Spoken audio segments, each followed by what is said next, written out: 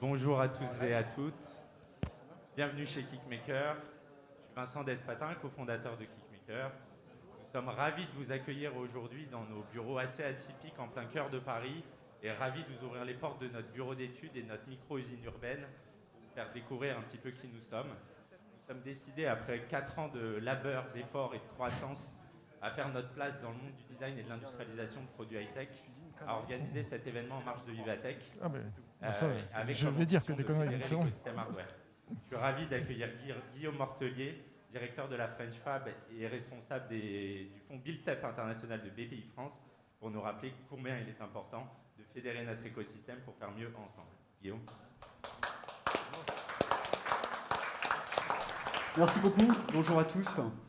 Alors je suis très heureux d'être avec vous aujourd'hui parce que ça peut paraître surprenant d'avoir quelqu'un de BPI France qui s'occupe de l'industrie parmi vous, mais pour nous, la discussion que vous allez avoir aujourd'hui et jusqu'à ce soir, c'est assez fondamental. Je reviendrai pourquoi. Pourquoi quel est nous notre enjeu et notre perspective sur l'industrie? On a depuis maintenant quasiment 5 ans une vraie ambition qui est de se dire comment est-ce qu'on réindustrialise la France et on remet la France sur la carte de l'industrie mondiale. On a vu qu'il y a eu un gros mouvement de désindustrialisation, mais qui était similaire un peu partout en Europe, jusque dans les années 2000, et il y a eu un vrai décrochage entre la France et beaucoup de pays européens depuis les années 2000, où il y en a, type Allemagne, Italie, qui ont résisté, et la France a décroché.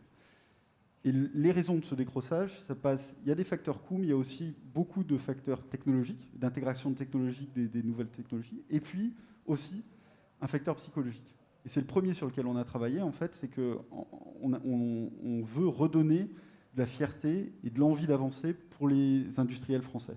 Et ça passe un peu comme la French Tech, il y a quelques années, qui a donné envie un peu, qui a identifié un écosystème et donné envie d'avancer pour des start-upers. De la même manière, sur la French Fab, on s'est dit, on va faire un coq bleu, c'est celui que je porte là. On l'a lancé, c'était sous le parrainage de Bruno Le Maire, c'était il y a 4 ans. Et aujourd'hui, il y a près de 7000 entreprises industrielles qui sont embarquées, à qui on demande et on les stimule pour dire comment est-ce que je me modernise, comment est-ce que je vais sur des enjeux climat, comment est-ce que je recrute mieux, comment est-ce que je vais à l'export. Et en parallèle à ça, du coup, là, on crée l'ambition. En plus de cette ambition, on met l'argent dessus. Sur les 5 prochaines années, on veut mettre 100 milliards sur l'industrie. C'est significatif dans notre activité, c'est à peu près 50% de notre activité. Et ça passe par nos dispositifs de prêt, d'investissement, d'aide à l'innovation, d'accompagnement à l'export. Et puis, notamment des dispositifs dont j'ai la charge, qui sont tous les dispositifs d'accompagnement. C'est près de 2000 missions de conseil qu'on va faire sur des industriels cette année.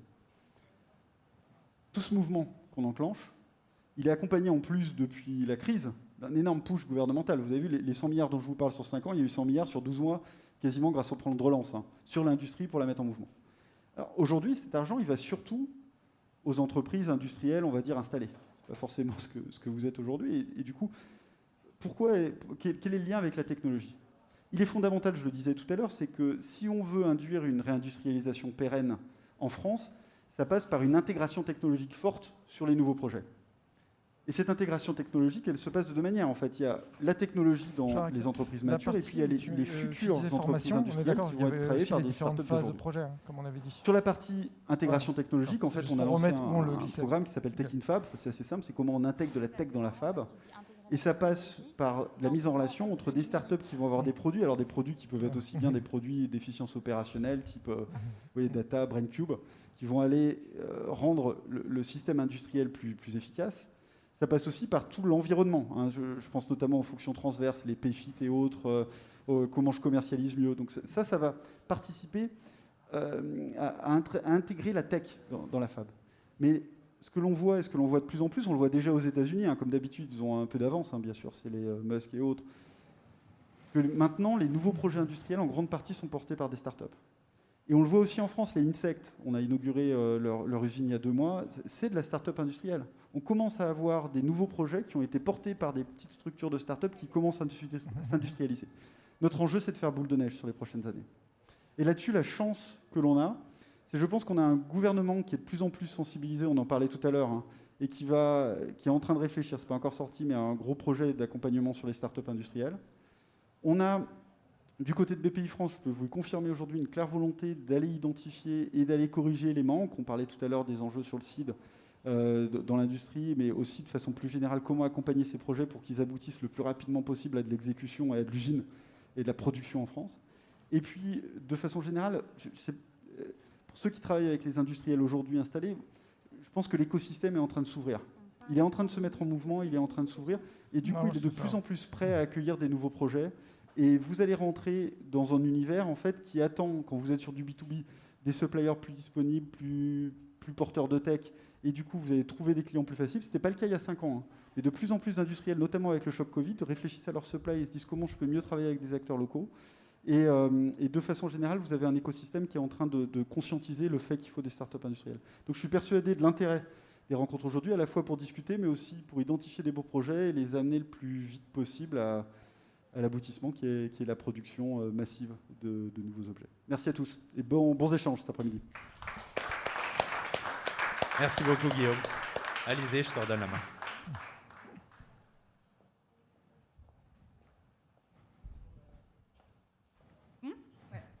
Bonjour, merci à tous d'être venus. Un peu fort peut-être. Merci à tous d'être venus pour la Hardware Night. Donc, c'est le premier événement de ce type qu'on organise chez Kickmaker. Donc Kickmaker, on a été fondé il y a 4 ans. On est une agence d'industrialisation de produits high-tech et on accompagne aussi bien des startups, des PME que des grands groupes dans l'industrialisation de leurs produits high-tech du prototype à la série. On a fondé cet événement aujourd'hui pour essayer de faire en sorte que les porteurs de projets se rencontrent les responsables d'innovation des grands groupes, rencontrent les PME, rencontrent tous les gens qui œuvrent dans le développement du hardware en France, parce qu'on a quand même fait le constat qu'il y a beaucoup de choses qui sont faites pour les startups software, notamment le SaaS, notamment à Vivatech, et que dans le hardware, on se retrouve très vite isolé quand on a envie de mener un projet à bien. On a voulu au cours de cet événement donc faire à la fois des masterclass, des visites de micro-usines, des débats de startups pour que vous puissiez rencontrer le maximum de gens possible, donc n'hésitez pas à aller vous parler aux pauses, etc. Et la première masterclass, on l'a vraiment voulu on l'a pensé pour les startups, parce qu'on sait très bien que le hardware c'est difficile, mais on ne sait pas tous pourquoi c'est difficile et comment.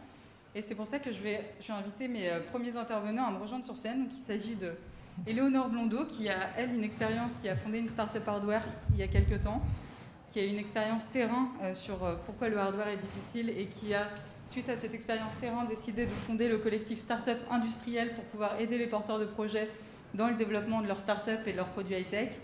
Et nous avons Stéphane Tampini, qui est donc programme manager chez Kickmaker et qui a l'habitude d'accompagner les startups au cours de leur développement. Il a d'ailleurs des rendez-vous réguliers avec elles, il travaille avec des incubateurs, donc il connaît très bien son sujet. Et la conversation qu'on va avoir aujourd'hui, c'est comment on accompagne de la meilleure manière possible les startups dans le développement de leurs produits hardware. Éléonore, tu as ton micro. Je te laisse te présenter pourquoi tu as fondé le collectif Startup Industriel. On peut s'asseoir si vous voulez, on sera plus à l'aise. Allô, oui. Bonjour à tous. J'ai effectivement j'ai co-créé, parce qu'on était plus de 150 chefs d'entreprise, maintenant on est 300 porteurs de projets industriels, mais aussi en amorçage, mais aussi sous-traitants, accompagnants, incubateurs, accélérateurs, ce que j'appelle financeurs, parce que ça peut être à la fois des institutions publiques comme des investisseurs, et finalement tous citoyens professionnels, c'est-à-dire, j'en sais rien, je suis Respocom chez Orange, j'y connais rien à la start-up, j'y connais rien à l'industrie, mais j'ai envie de contribuer au projet que porte le collectif, je peux aussi devenir membre. Ce collectif, il est né suite à la tribune qui a été publiée le 9 mars dernier sur LinkedIn, qui identifiait les freins et leviers dans l'amorçage industriel en France.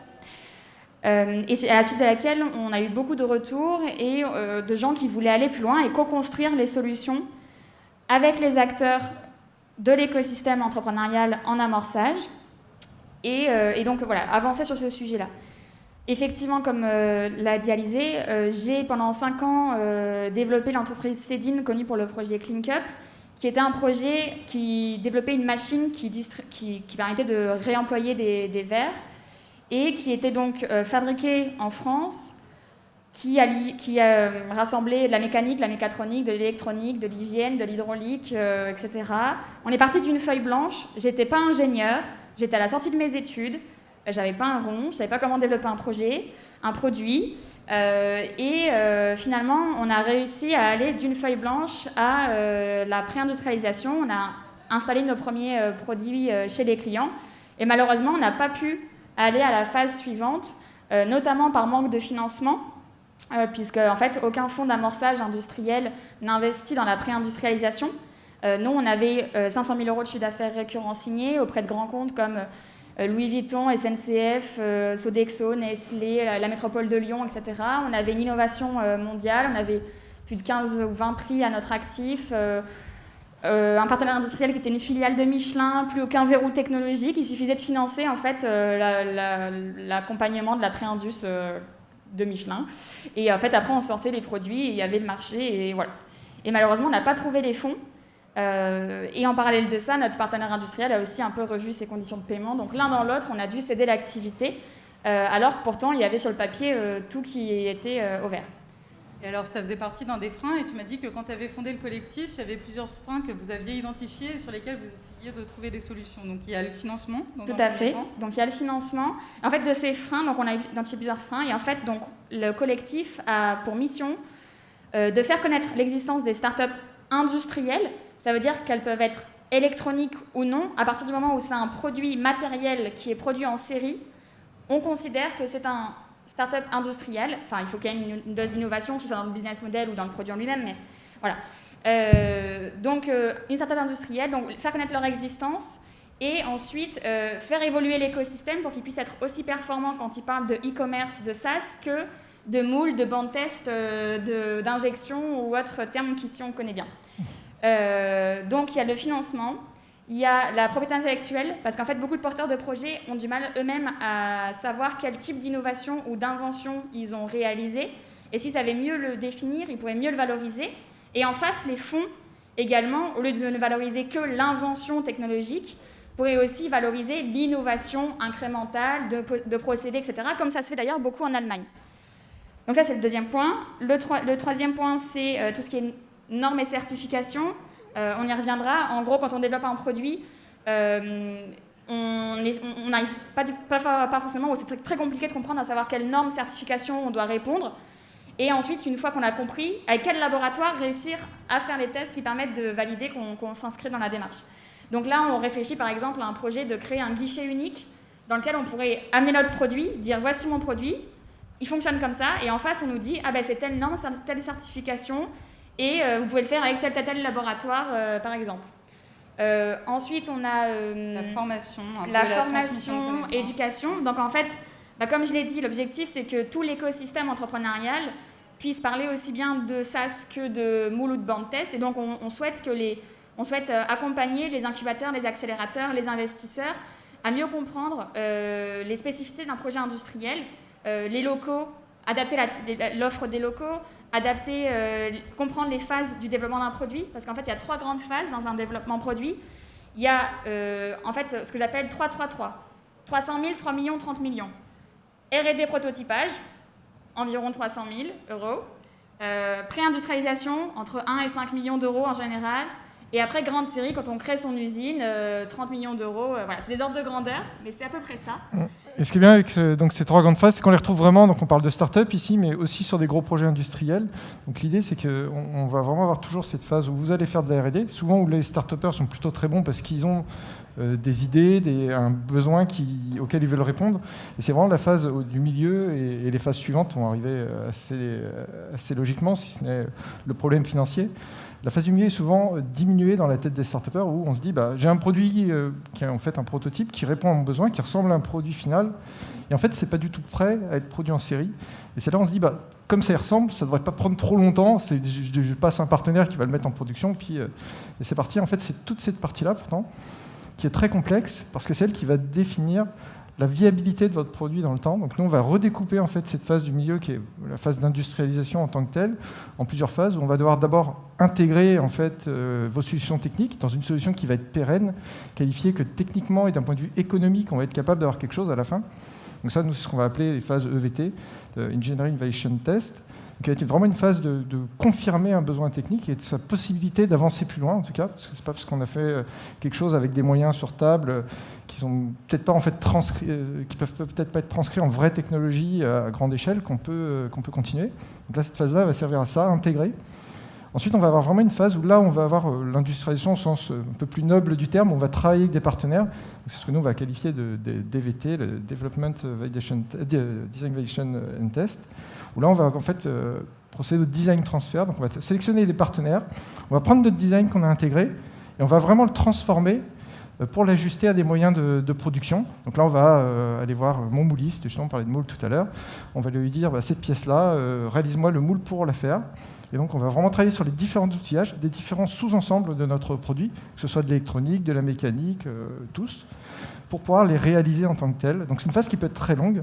Un moule de plasturgie, ça peut être 10-12 semaines pour juste faire une seule pièce, donc, pour le préparer. Donc c'est très long, sachant qu'avant ça, donc on a parlé avec le fournisseur pour lui montrer nos pièces, qu'à la fin, il faut les réceptionner, les qualifier. Donc il y a vraiment une grosse part de travail sur de l'outillage et de l'adaptation des moyens industriels pendant cette phase. On n'est pas encore arrivé au bout parce qu'en fait, on a juste fabriqué des outils. Et donc après cette phase de DVT, on a des produits qui ressemblent à des produits finaux parce qu'ils sont passés par des moyens d'outillage.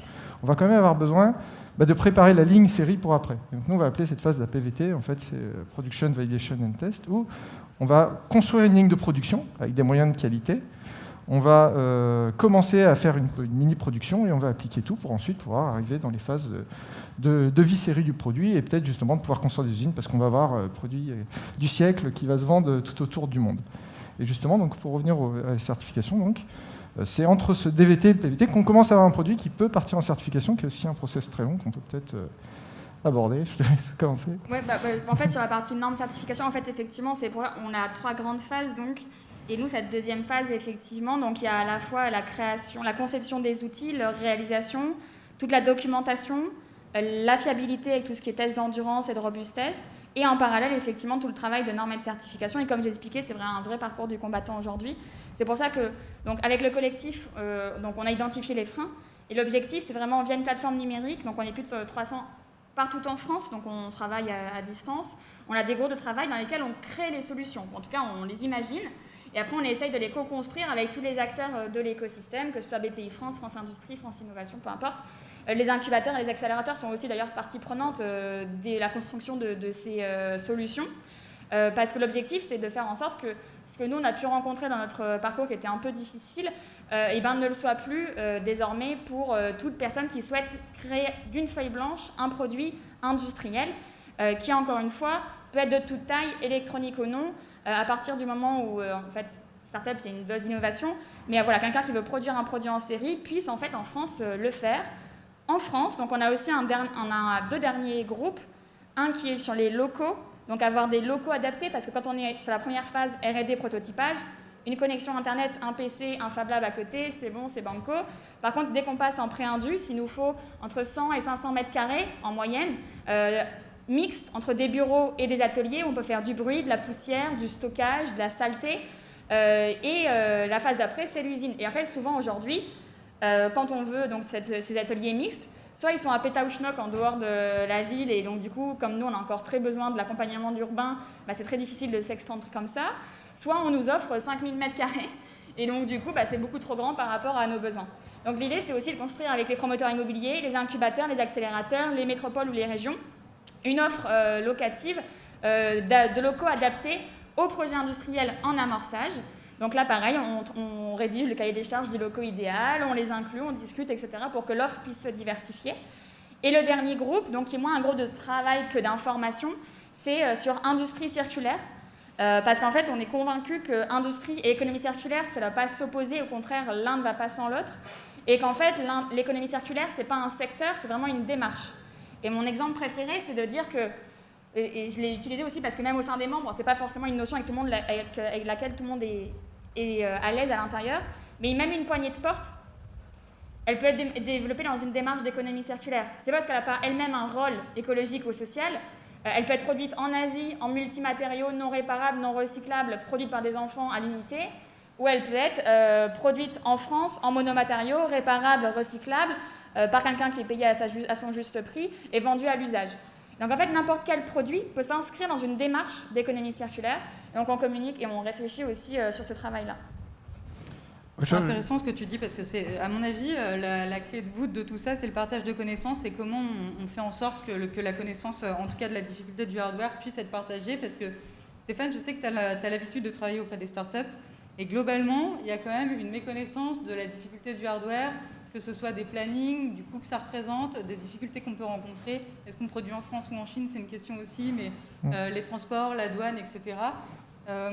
Quels sont les plus grands freins que tu rencontres les startups viennent te voir et parfois elles te disent quoi, je ne sais pas comment faire mon projet, ou alors j'ai une idée. C'est ça. Très, très loin. En fait, il y a deux niveaux d'information. Il y a en fait les problèmes qui sont perçus, que ressentent les startups. C'est que maintenant, on parle beaucoup d'industrialisation, et les startups qui viennent nous voir, en fait, elles ont déjà été sensibilisées, ce qui est bien, par les incubateurs ou autres.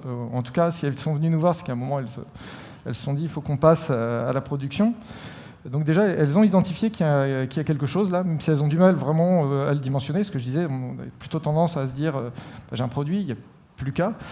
Ça, c'est le premier point qui est vraiment quelque chose de ressenti. La certification, ils le savent, c'est quelque part. Mais ça, ils n'arrivent pas du tout à le dimensionner. Pourquoi ? Parce que c'est quelque chose de très complexe. On le disait tout à l'heure, ce serait bien d'avoir un guichet unique. Pourquoi ? Parce qu'aujourd'hui, chaque produit va avoir sa certification. Chaque domaine va avoir des certifications. Si on commence à faire du médical, alors là, on n'en parle plus. Le Health Safety ou autre. Et après, quand on commence à aller à l'étranger, chaque pays va avoir sa certification. En Europe, c'est bien, il y a une norme européenne. Aux US, on a les US qui commencent. On va en Chine, il y a une norme en Chine, au Japon, en Corée, au Canada aussi.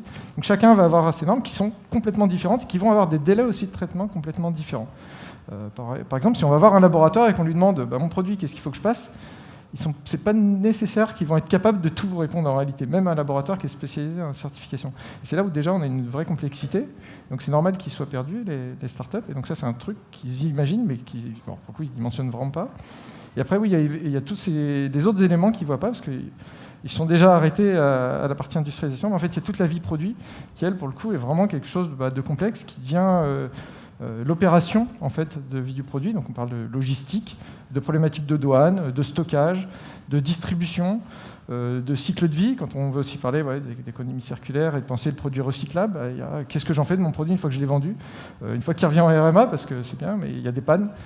Et ça, en fait, pour le coup, tous ces aspects qui sont normaux en fait, dans la vie d'un produit sont assez vite oubliés, alors que leurs coûts sont prédominants dans la structure globale de l'entreprise. Alors pareil, sur les délais, je vais revenir sur les délais de l'industrialisation.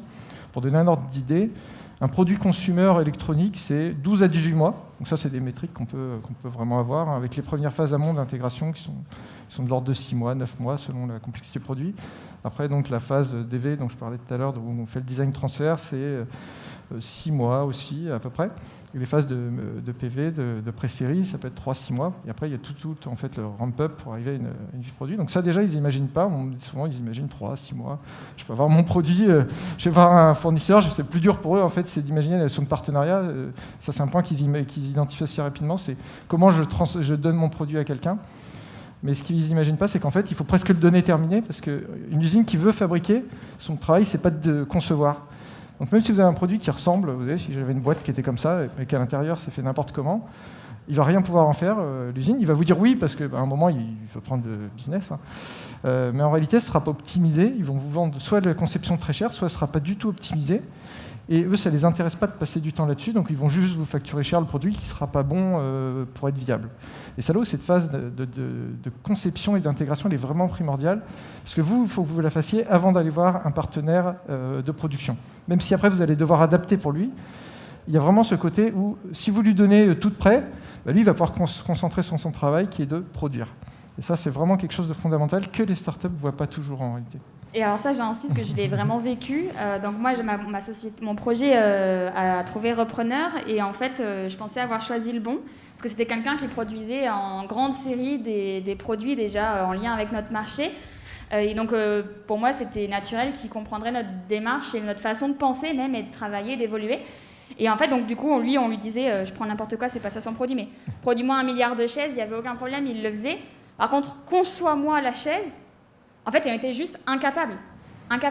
Et en fait, nous, sur le marché, on n'avait pas mis des produits finis pour l'instant. On était encore à des prototypes industrialisés qui avaient passé tous les risques sécurité, donc il n'y avait pas de problème, on pouvait les mettre. Et les clients étaient bien informés que c'était des prototypes industrialisés, mais ils co-construisaient avec nous. Donc on faisait du design thinking, on faisait du test and learn, etc. Nous, ça nous permettait d'améliorer l'endurance de notre produit et d'observer comment il réagissait, en même temps d'avoir des retours utilisateurs et d'améliorer l'expérience.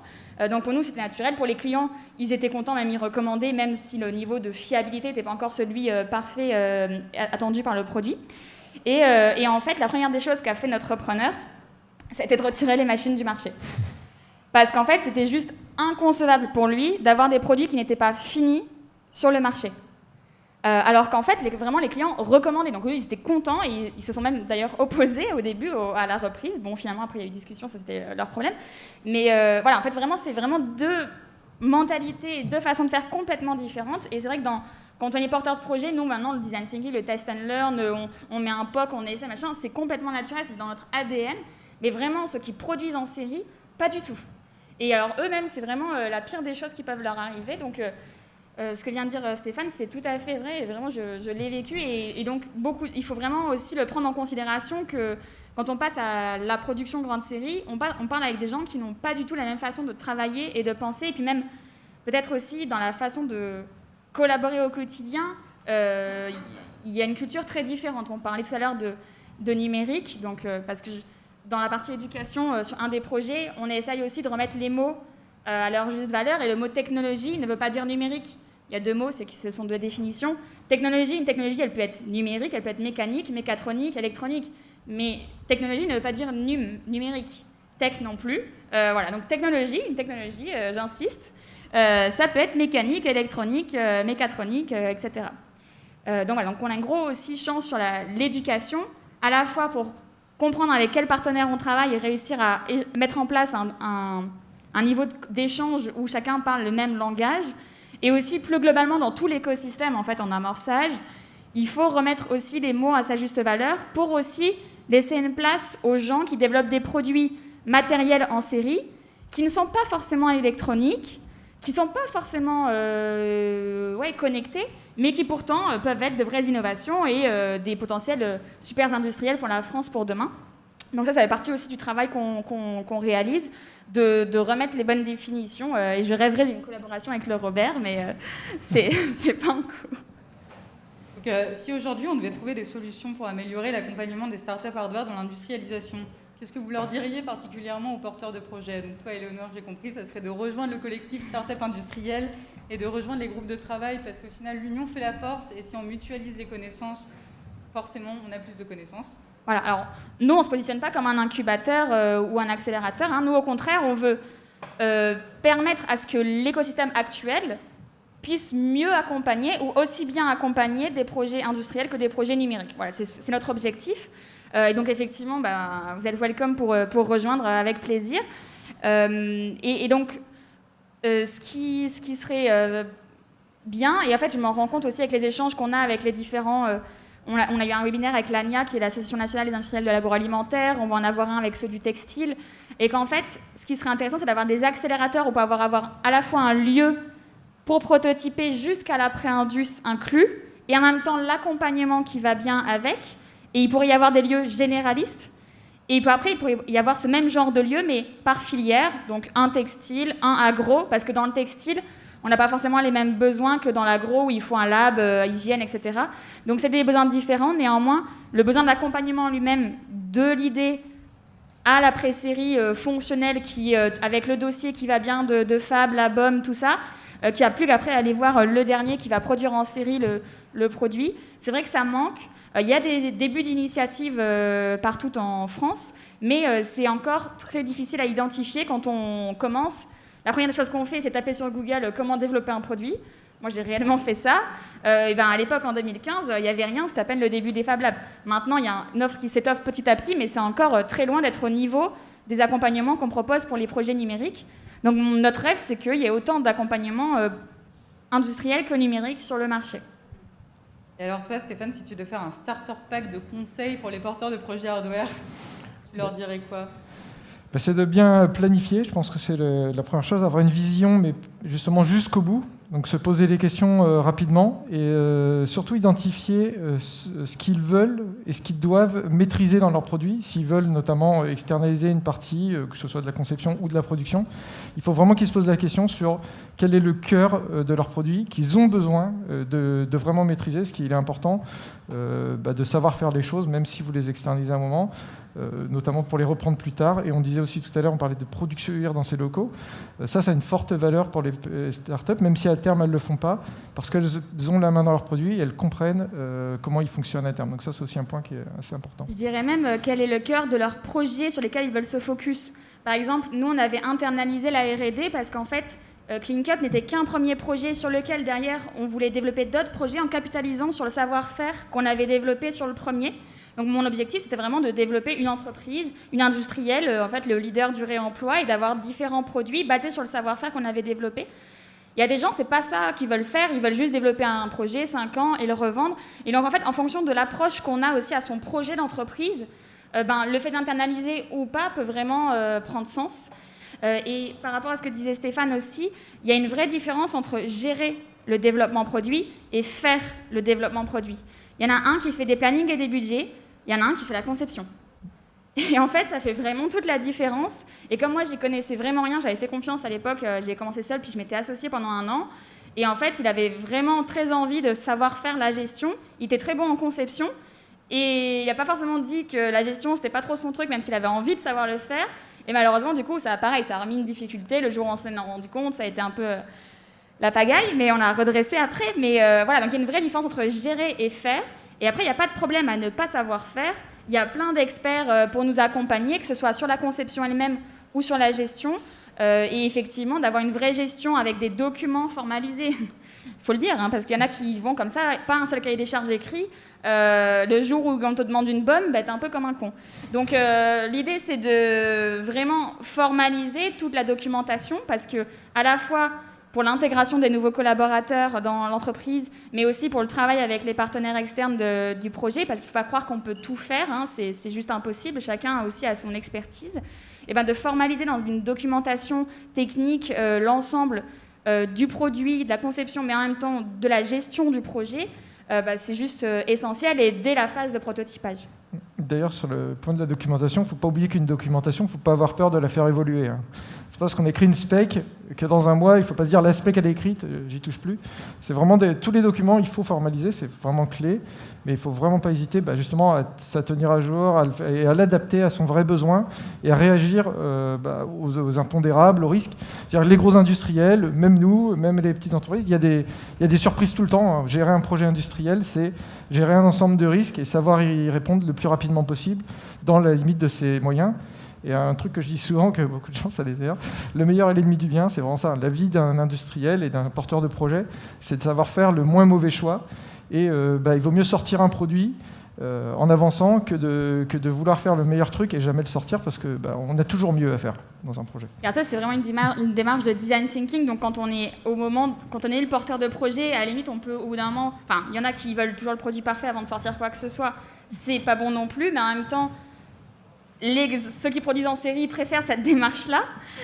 Par contre, vos financiers, si vous n'avez pas les moyens au départ, ce qui est la plupart du temps le cas, ils vont vous demander des clients. Pour avoir des clients, il faut mettre des produits sur le marché, même si c'est des bêtas. Donc c'est un peu le serpent qui se mord la queue.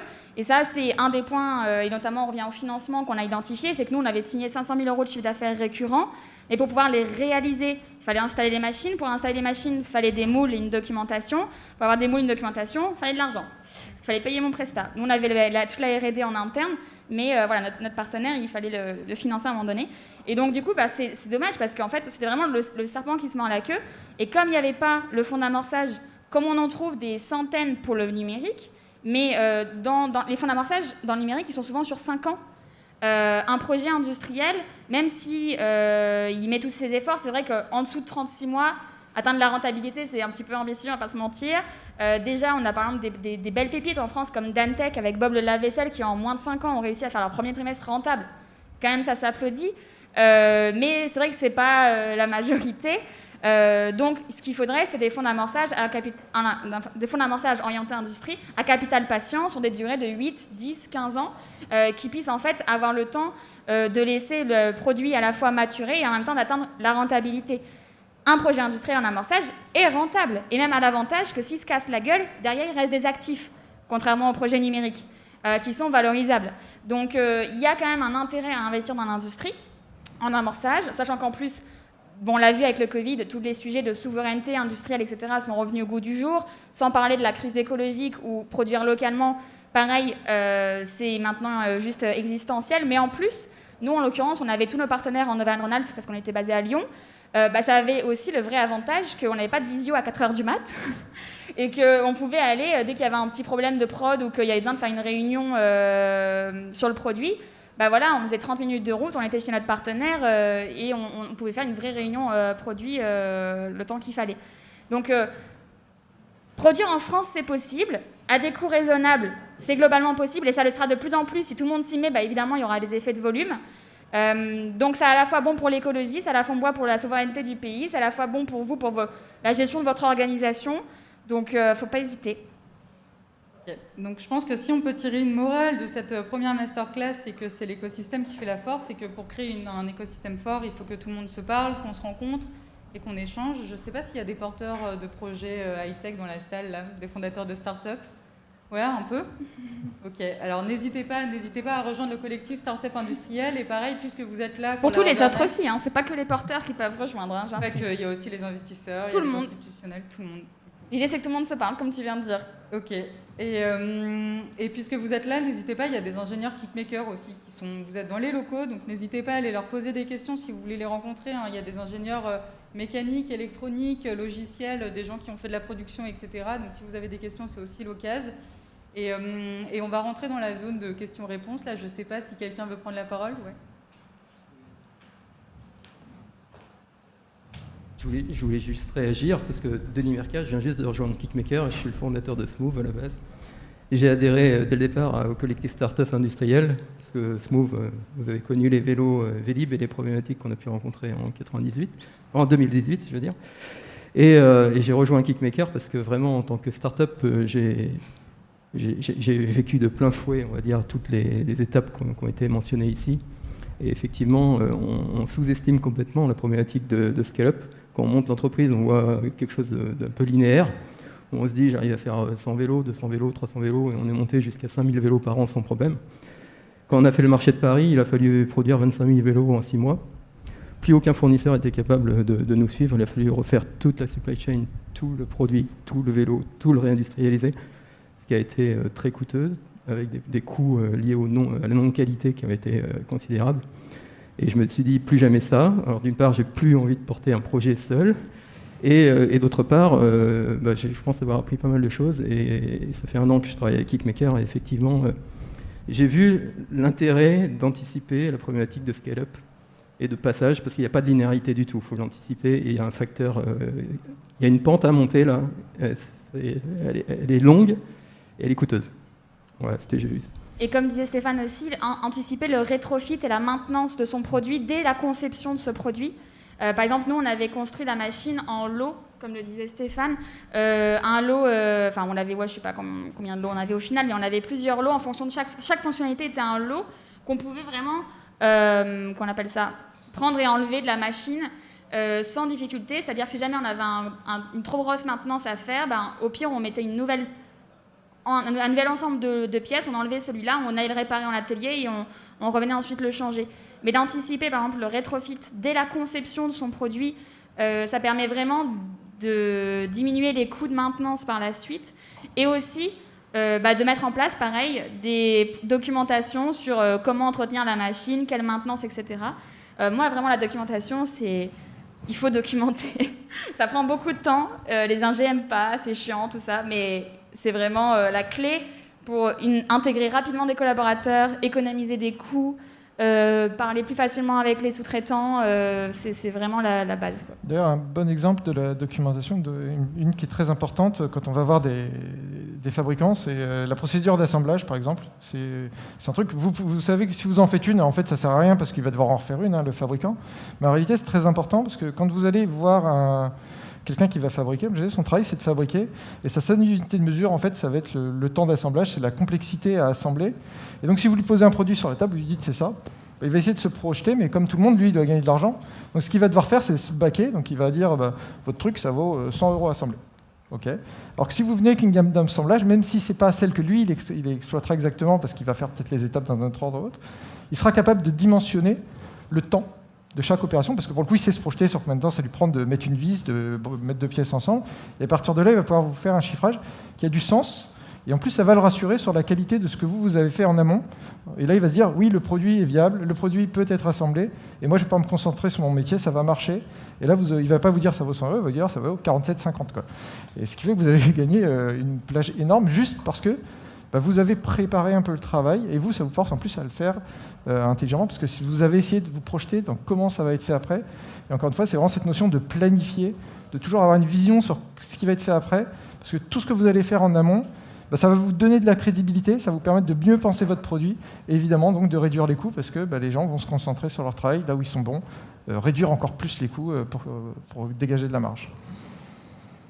Super, on est pile poil dans l'heure de la pause, donc je voudrais vous remercier tous les deux pour votre intervention. Alors forcément en 35 minutes on a pu faire qu'une introduction, parce que si vous avez bien suivi, l'industrialisation ça prend pas 35 minutes, mais plutôt des mois, voire des années.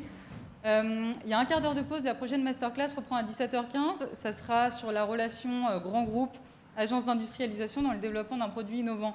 Comment on concilie les différents rythmes, pourquoi externaliser. On considère souvent à tort que les grands groupes ont toutes les compétences en interne, or c'est faux. Et on va discuter de tout ça avec Odile, Laurent et Vincent. Donc je vous donne rendez-vous à 17h15 ici dans cette salle et vous pouvez aller vous restaurer. Il y a de quoi boire aussi parce que je pense qu'on est tous un peu chauds. Merci beaucoup.